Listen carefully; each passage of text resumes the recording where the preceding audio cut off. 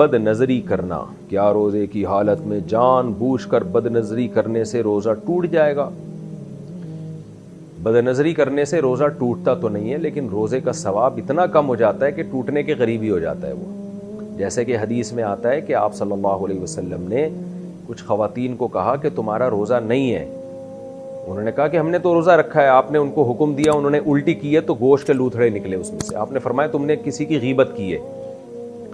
تو حالانکہ علماء کا اجماع ہے کہ غیبت کرنے سے بھی روزہ نہیں ٹوٹتا، لیکن یہ کہ کیونکہ گناہ ہے نا، روزے میں اگر آپ غیبت کریں یہ گناہ ہے، تو گناہ کرنے سے روزے کا ثواب ایسے کم ہوتا ہے گویا وہ ٹوٹ گیا۔ تو نبی صلی اللہ علیہ وسلم کے معجزے کے طور پر اللہ نے دکھا دیا کہ بھئی دیکھو یہ تو ٹوٹ گیا، تم نے تو گوشت کھایا مردہ بھائی کا۔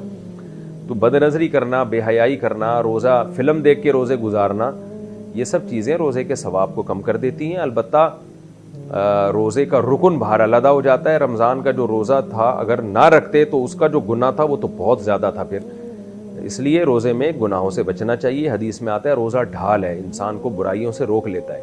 اور آپ صلی اللہ علیہ وسلم نے یہ بھی فرمایا کہ رب صائم لیس لہم فی الصیام الا الجوع ورب قائم لیس لہم فی القیام الا السحر او کما قال صلی اللہ علیہ وسلم۔ پورے الفاظ حدیث کے عربی میں مجھے یاد نہیں ہے۔ نبی صلی اللہ علیہ وسلم نے فرمایا مفہوم یہ ہے کہ بہت سے روزے دار ایسے ہیں جن کو روزے میں بھوک کے علاوہ کچھ بھی حاصل نہیں ہوتا، اور بہت سے راتوں کو جاگنے والے ایسے ہیں جن کو تہجد میں سوائے نیند خراب کرنے کے کچھ بھی حاصل نہیں ہوتا۔ تو مطلب یہ کہ یہ وہ لوگ ہیں جو روزہ رکھ کے بھی گناہ نہیں چھوڑتے، تہجد پڑھ کے بھی گناہ نہیں چھوڑتے۔ تو یہاں بھی علماء نے حدیث کا مفہوم بیان کیا ہے کہ ان کو تہجد کی برکتیں حاصل نہیں ہوتی، روزے کی برکتیں حاصل نہیں ہوتی۔ بہرحال روزہ بہرحال ہو جائے گا، رکن ادا ہو جائے گا، لیکن روزے میں ثواب میں بہت کمی ہوگی۔